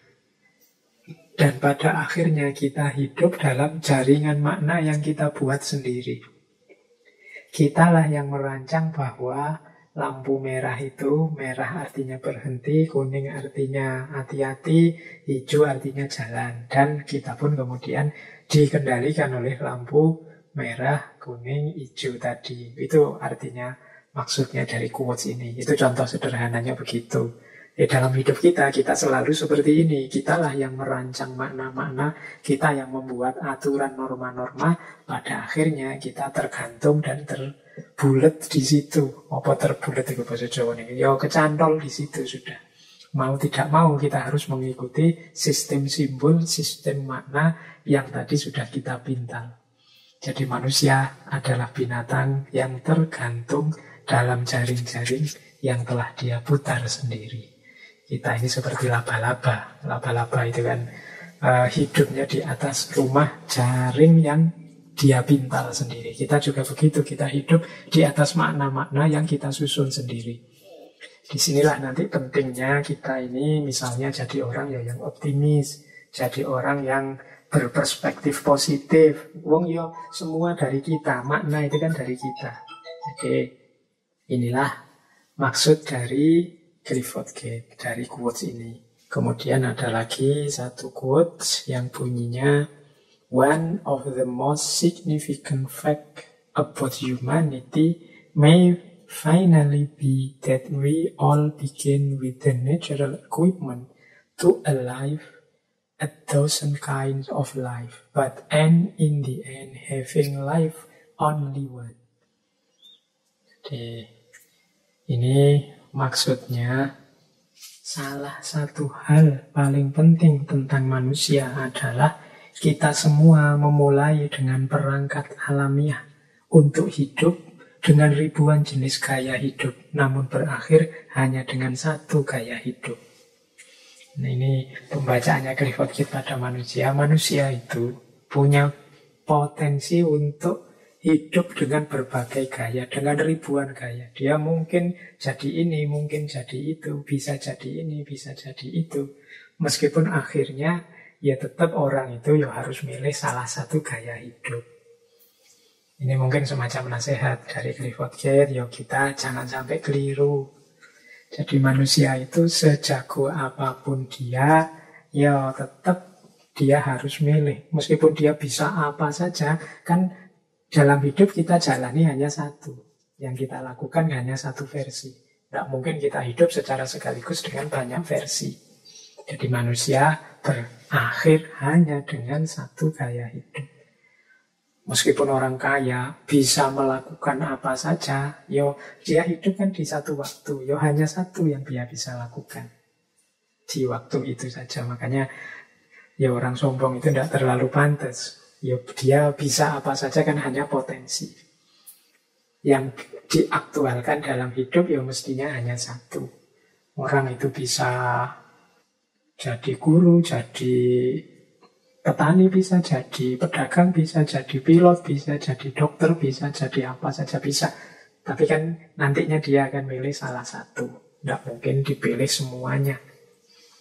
Jadi ini salah satu pandangan dari Clifford Gate. Sehubungan dengan makna tadi berarti orang itu bisa memberi makna secara tak terbatas pada apapun sesuai visi, kepentingan, keinginannya.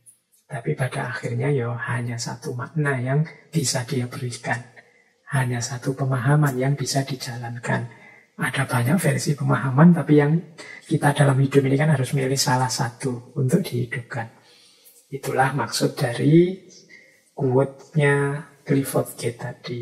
Jadi quote ini paling tidak mengajarkan kita untuk yang pertama hati-hati milih, yang kedua untuk tidak sombong. Sekuasa apapun, sekuat apapun kita hidup tetap hanya sekali dengan satu gaya yang kita pilih dalam hidup ini. Baik teman-teman, saya kira itu ya malam hari ini. Saya khawatir kalau nambah-nambah lagi, sebenarnya banyak quote-quote dari Clifford Gate ini.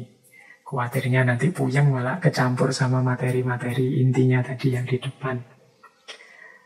Semoga yang kita bahas malam hari ini sedikit banyak ada manfaatnya. Kalau ada salah ngomong, kepleset-pleset, mohon dimaklumi. Karena memang malam-malam gini situasinya agak capek. Jadi kadang ngomongnya tidak karu-karuan, ngelantur.